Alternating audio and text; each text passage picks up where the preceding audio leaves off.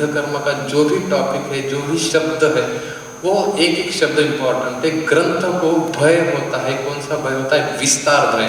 वो डिटेल में बताता नहीं, छोटे छोटे छोटे सूत्रों में बताता है, और वो आप तो होने के कारण वो सूत्र बहुत इंपॉर्टेंट है, उसको ही खोलना पड़ता है। वो आज प्रयत्न करेंगे। विद्ध कर्म कहाँ पे वर्णन आया है? शिराव्याध अध्याय व्याख्यास्याम और अग्निकर्म अध्याय व्याख्यास्याम।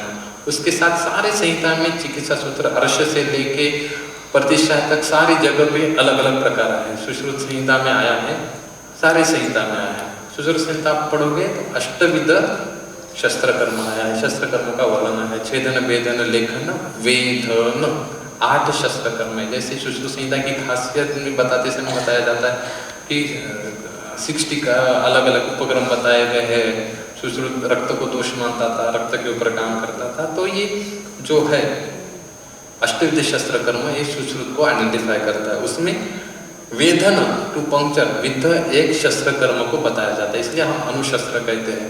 अब इसमें वेदन करने के लिए शस्त्र आए हैं। कुठारिका, व्रीहिमुख, आरा, वेतस्पत्र और सूची। सूची यानी निडल। अब ये ऐसे शस्त्र जो है आजकल बदल चुके हैं, अलग अलग प्रकार के ब्लेड्स आए, अलग अलग प्रकार के शस्त्र आए हैं। तो ये जो सूची है, निडल इस प्रकार की हमें मिलती है। तो 26/2 एंड 24 नंबर के निडल हम इस्तेमाल करते हैं वेदन कर्म के लिए। यही क्यों अंगुली प्रमाण का बहुत महत्व है। अंगुली प्रमाण अलग अलग प्रकार से लिया जाता है, अंगुली प्रमाण, और उसके हिसाब से हम डिसाइड करते हैं। लेकिन ग्रंथ पढ़ोगे, पोल, बदर, यव, व्रीहि ऐसे वर्णन आए हैं, और उसके प्रमाण से हमारे यहाँ पे प्रमाण आए हैं। तो विद्ध कर्म कहाँ करना है उसके हिसाब से मांस, यव व्रीहि ऐसे सब जगह पे वर्णन आया है। और ये वर्णन करते समय जो व्रीहि शब्द आता है, यानी चावल, बड़ा चावल है, उसका इस्तेमाल, उसके इतना अंदर तक जाना है, ऐसा हमें बताया गया है। अगर वो देखेंगे तो 11 mm तक आता है, 11 से 12 mm तक आता है। और वो जो है हमारे 26 नंबर के जो निडल हम इस्तेमाल करते हैं, जो भी मेरे हाथ में है, वो उसका लेंथ जो उतनी है। तो इसीलिए यही निडल हम इस्तेमाल करते हैं वेदन कर्म के लिए।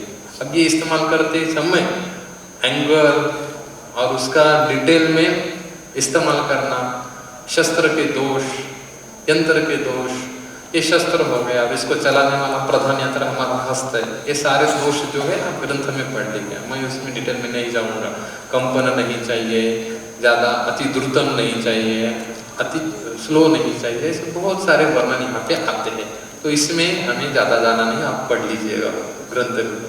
तो ये बताते समय मैं हमेशा बताता हूँ, जैसे अभी देखिएगा ऊपर एक लाइट है, उसका बटन यहाँ पे है, कंट्रोल है। ऐसे हमारे ग्रंथ में हमेशा रहता है।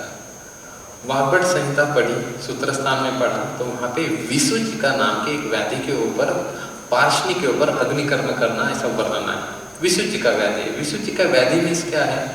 ऊधो अधो भागे न द्रव निस्सरण, उल्टियाँ हो रही है, लूज मोशन हो रहे हैं, ऐसे समय में डिहाइड्रेशन हो जाएगा, इमरजेंसी आ जाएगी, तो IV देना है, RL देना है, रिंगल DNS देना है, ऐसा बताया जाता है।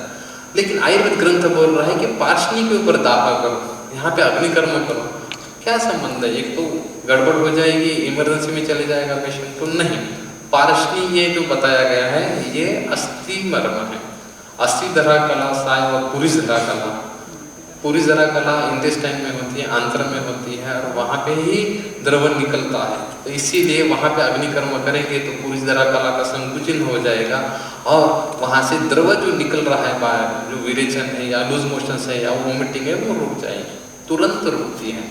अभी ग्रंथ में दिया है वर्णन। वोक्टेसर क्या करते थे? पेशेंट है, अपेंडिक्स की सर्जरी चालू है, तो ऐसा विषय सर्जरी का स्विचरिंग करते समय विषय निकलता है कि ऐसा ऐसा है। तो जो कॉटरी है, कॉटरी से पार्ष्णी के ऊपर बोलते हैं कि स्टूडेंट को वहाँ पे अग्निकर्म करो। जैसे अग्निकर्म करें, जो इसको एनेस्थेसिया है, ऐसे पेशेंट के इंटेस्टाइन पूरी तरह से जगह पे आते हैं और स्विचरिंग के लिए ईजी जाता था। तो ये हमारे ग्रंथ में जो दिया है 100% वर्क करता है, सिर्फ हमें ढूंढना होता है कैसे करता है। अब यहाँ पे देखिएगा, सुश्रुत शारीस्थान जो शिराव्याध अध्याय आया है, यहाँ पे ऊपर की लाइन पढ़ेंगे तो पाद दाह, पादर्श, चिप, विसर्ग, वात शून्यत, यहाँ पे क्षिप्र मर्म के ऊपर 2 उंगली करना है। अब रक्त मोक्षण हमें ये पैथोलॉजी वाले लोग या हमें जो ब्लड निकालने वाले लोग हैं, वो उन्होंने यहीं से करना सिखाया है।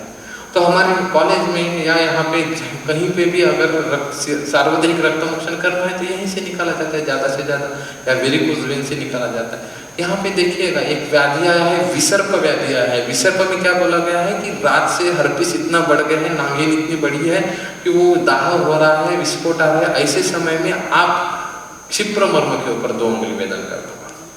दूसरा क्या है, अपची हुई है, अपची यानी गले के यहाँ पे ग्रंथियां आ रही हैं वन साइड से, तो इंद्रवस्ती अधस्ता, इंद्रवस्ती के नीचे करो।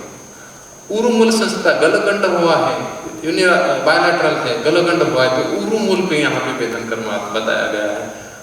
हनुसंधि मध्यगतम अपस्मार हुआ है तो हनुसंधि मध्यगतम बताया है। उरोपा में ललाटेशु बताया है। तो पंखा इधर है, बटन इधर है, लाइट इधर है, बटन इधर है, ऐसा जो रहता है वैसी सिस्टम हमारे शरीर में रहती है। इससे ही हमें शरीर रचना सीखनी होती है। एनाटॉमी अलग होती है, शरीर रचना अलग होती है, दोनों का मिक्सर नहीं। हमारे आयुर्वेद की शरीर रचना चिकित्सा से उल्टी आके सीखनी होती है।